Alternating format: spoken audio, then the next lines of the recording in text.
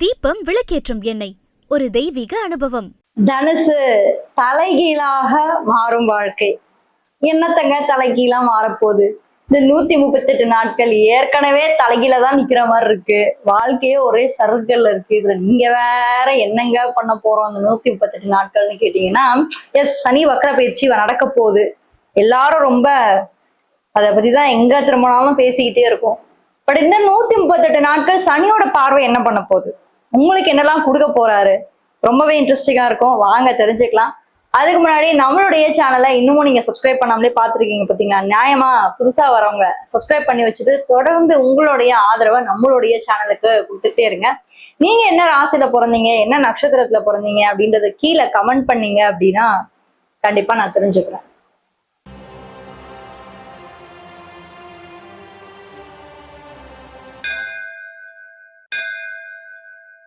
இந்த தனுசு ராசிக்கு இந்த டைம் பீரியட், அதாவது இந்த 138 நாட்கள் சனி வக்ர பயிற்சி ஆனது என்ன நடக்க போகுது அப்படின்ற ஒரு கேள்விக்குறி எல்லாருக்குமே இருக்கு. அது என்ன பண்ணும் அப்படின்னா, தனுசை பொறுத்த வரைக்கும் இது காலச்சக்கரத்தோட 9வது ராசி, அது எல்லாருக்குமே தெரியும். இந்த ராசியில நட்சத்திரங்கள்னு இருக்கு, ஓகேவா?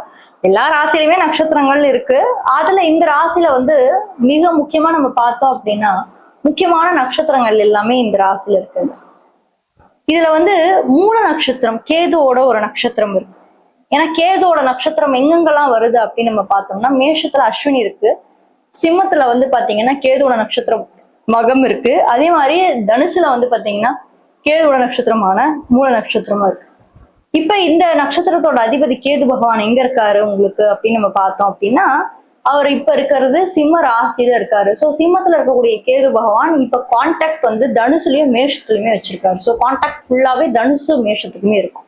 இதுக்கு இடையில சனி ஒரு பக்கம் மீனத்திலையும், இதுக்கு இடையில குரு ஒரு பக்கம் கடகத்திலையும், இப்படிதான் இவங்க மாறி மாறி அமைஞ்சிருக்காங்க. நான் ஏன் இதுல குறிப்பா மூலத்தை நான் மென்ஷன் பண்ணி நான் அவங்களுக்கு சொல்றேன்னா, பர்டிகுலரா இப்ப இருக்கக்கூடிய காலகட்டம் மூல நட்சத்திரம் ரொம்பவே ஆக்டிவா இருக்கும்.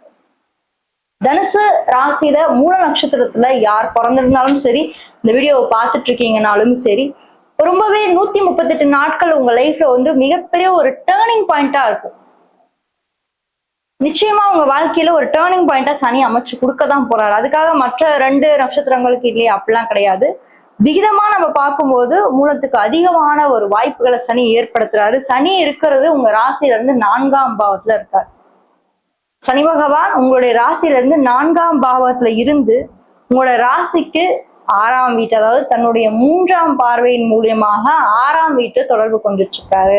அதுக்கப்புறமா 10ஆம் வீடு, ராசியில இருந்து 10ஆம் வீட்டை தொடர்பு கொண்டிருக்காரு. அப்புறம் ராசியே பாக்குறாரு. இதுதாங்க ஹைலைட். இப்போ இந்த 138 நாட்களும் சனியோட வக்ர பார்வை உங்க மேல விழுது. எல்லார் கண்ணுக்கும் இப்ப நீங்க தெரிய போறீங்க. கண் திருஷ்டி இப்ப உங்க மேல விழப்போகுது. தனுசு ராசிக்கு சும்மாவே கண் திருஷ்டி தான். எங்க திரும்பினாலும் அவன் என்னடா, அவன் கார் வச்சிருக்கான், வீடு வச்சிருக்கான், பங்களா வச்சிருக்கான், கோடீஸ்வரன் நல்லா தானப்பா இருக்கான் அப்படின்ற மாதிரி உள்ளுக்குள்ள நம்ம என்ன கஷ்டப்படுறோம், நம்ம என்ன வாங்குறோம், நம்ம என்ன தர்மடி வாங்குறோம் நமக்கு தான் தெரியும். ஆனா சுத்தி இருக்கவங்க பார்த்தா நம்மள ரொம்ப பெருமையா பேசிக்கிட்டு இருப்பாங்க. நிச்சயமா பெருமையா தான் பேசுவாங்க. ஏன்னா இப்ப இருக்க காலகட்டத்துல உங்களுக்கு ராசிநாதன் குரு பகவான் உச்சத்துல எல்லாம் இருக்காரு.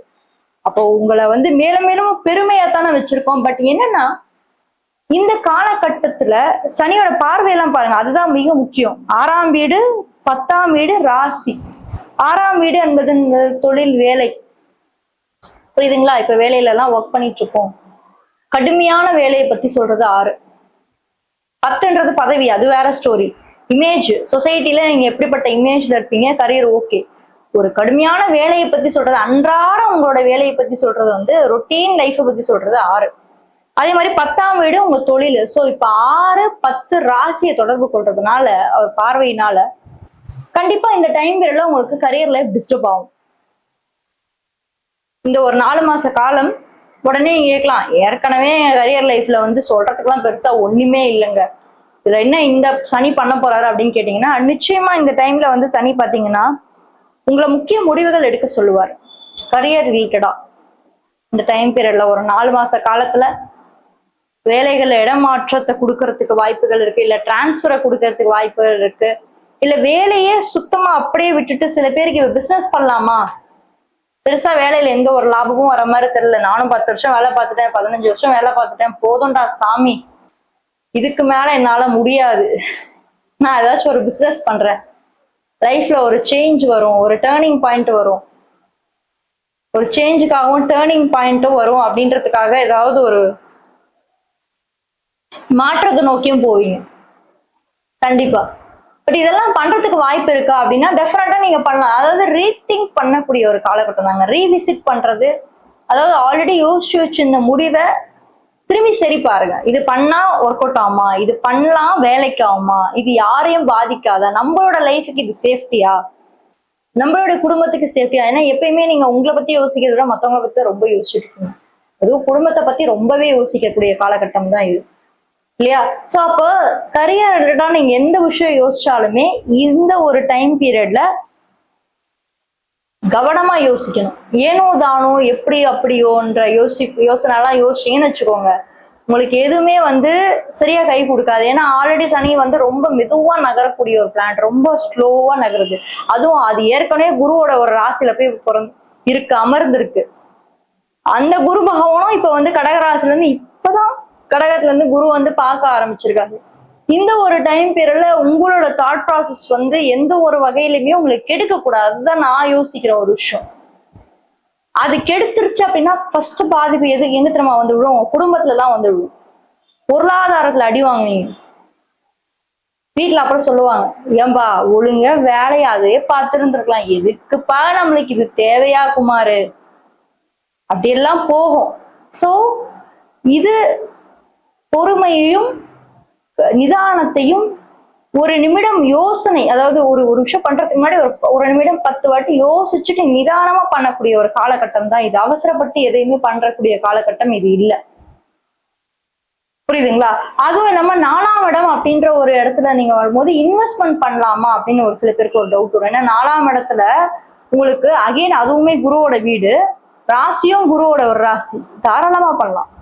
இப்ப குரு வேற உச்சத்துல இருக்காருல்ல, அல்ல ஆல்ரெடி நீங்க பண்ணி வச்சிருப்பீங்க, திரும்பி பண்றதுக்கு இல்லை மேடம், ஆல்ரெடி ஒரு விஷயம் நான் பண்ணிட்டேன், திரும்பி வேற ஒரு விஷயத்துல நான் இன்வெஸ்ட்மெண்ட் பண்ண, ஏன் தாராளமா பண்ணுங்க. இந்த இடத்துல குரு உங்களுக்கு பெருசாக்க தான் ட்ரை பண்ணாரு தவிர சுருக்கிறதுக்கு எந்த வகையிலும் ட்ரை பண்ண மாட்டாரு. அதுவும் ராசிநாதனே குருதான்றப்ப யாராவது தான் விஷயத்துல தானே சூன்யம் வச்சுக்க முடியுமா? அது பண்ண மாட்டோம்ல. புரியுதுங்களா? இதே நம்ம சுயநலமா இருந்தா பண்ணிடுவோம். ஆனா குரு ராசியில இருக்கவங்க, தனுசு ராசி இருக்கவங்க அந்த சுயநலமே அவங்க கிடையவே கிடையாது. மத்தவங்க கிட்ட வேணா மாட்டிட்டு முழிப்பாங்களே தவிர அவங்களுக்கு அவங்க பண்ணிக்கவே மாட்டாங்க. சோ இந்த டைம் பீரியட்ல அந்த இன்வெஸ்ட்மெண்ட் பண்ணக்கூடிய சாத்தியக்கூறுகள், வாய்ப்புகள், இது எல்லாமே உங்களுக்கு ஏற்படக்கூடிய ஒரு டைமா தான் நான் பாக்குறேன். இன்னும் இருக்குங்க, இன்னும் உங்களுக்கு கிட்டத்தட்ட பாத்தீங்கன்னா ஒரு 6 மாச காலம் அப்படிதான் போகும். எதுவுமே வேகமா இருக்காது. ஒரு விஷயத்துலயும் நிதானம், பொறுமை காக்க வேண்டிய ஒரு காலம். வக்கரமா வர போறதுனால லேட் ஆகும், சில விஷயம் டிலே ஆகும், லேட் ஆகும். அதுக்காக நீங்க ஸ்ட்ரெஸ் ஆகாதீங்க, ஐயோ என்னடா இது லேட் ஆகுதே, டிலே ஆகுது. ஏன்னா இந்த டைம் அப்படிதாங்க இருக்கும், லேட் ஆகும், டிலே ஆகும். டிலே ஆகுதுன்னா வருத்தப்படாதீங்க, பயப்படாதீங்க. அது ஏதோ ஒரு பெரிய மாற்றத்தை நோக்கி உங்களுக்கு கொண்டு போகுது, அதை மட்டும் மைண்ட்ல வச்சுக்கோங்க. சும்மா வேற எதோ போட்டு கம்பேர் பண்ணி யோசிக்க ஓவர் மட்டும் தயவு செஞ்சு பண்ணாதீங்க. குருவோட பார்வை வேற 12ஆம் வீட்டுல வேற இருக்கு, அதனால அந்த ஓவர் திங்கிங் எல்லாம் இருக்கும். அதெல்லாத்தையும் ஃபர்ஸ்ட் குறைங்க. திங்கிங் ப்ராசஸ் முதல்ல ஒரு ஸ்ட்ரெயிட்டா ஒரு ஃபோக்கஸான திங்கிங்கை கொண்டு வாங்க. அப்பதான் லைஃப்ல முன்னாடி வர முடியும். மொத்தத்துல தனுசு ராசியை பொறுத்த வரைக்கும் உங்க வாழ்க்கை மாறக்கூடிய ஒரு டைம் பீரியட். சனி பகவான் பொறுமையை கொடுத்து உங்க வாழ்க்கையை மாற்றுவாருன்றத மட்டும் எந்த ஒரு மாற்று கருத்துமே இல்லை. விருச்சிக ராசி பத்தி தெரிஞ்சுக்கணும்னா இந்த வீடியோல ஃபர்ஸ்ட் கமெண்ட்ல ஃபர்ஸ்ட் லிங்க்ல கொடுத்துருக்கேன், மறக்காம அதையும் போய் செக் பண்ணுங்க. யாராவது ஒரு ஃப்ரெண்டுக்கு இந்த வீடியோவை நீங்க ஷேர் பண்ணி ஹெல்ப் பண்ணணும்னு நினைச்சீங்கன்னா மறக்காம ஷேர் பண்ணி ஹெல்ப் பண்ணுங்க. தேங்க்யூ.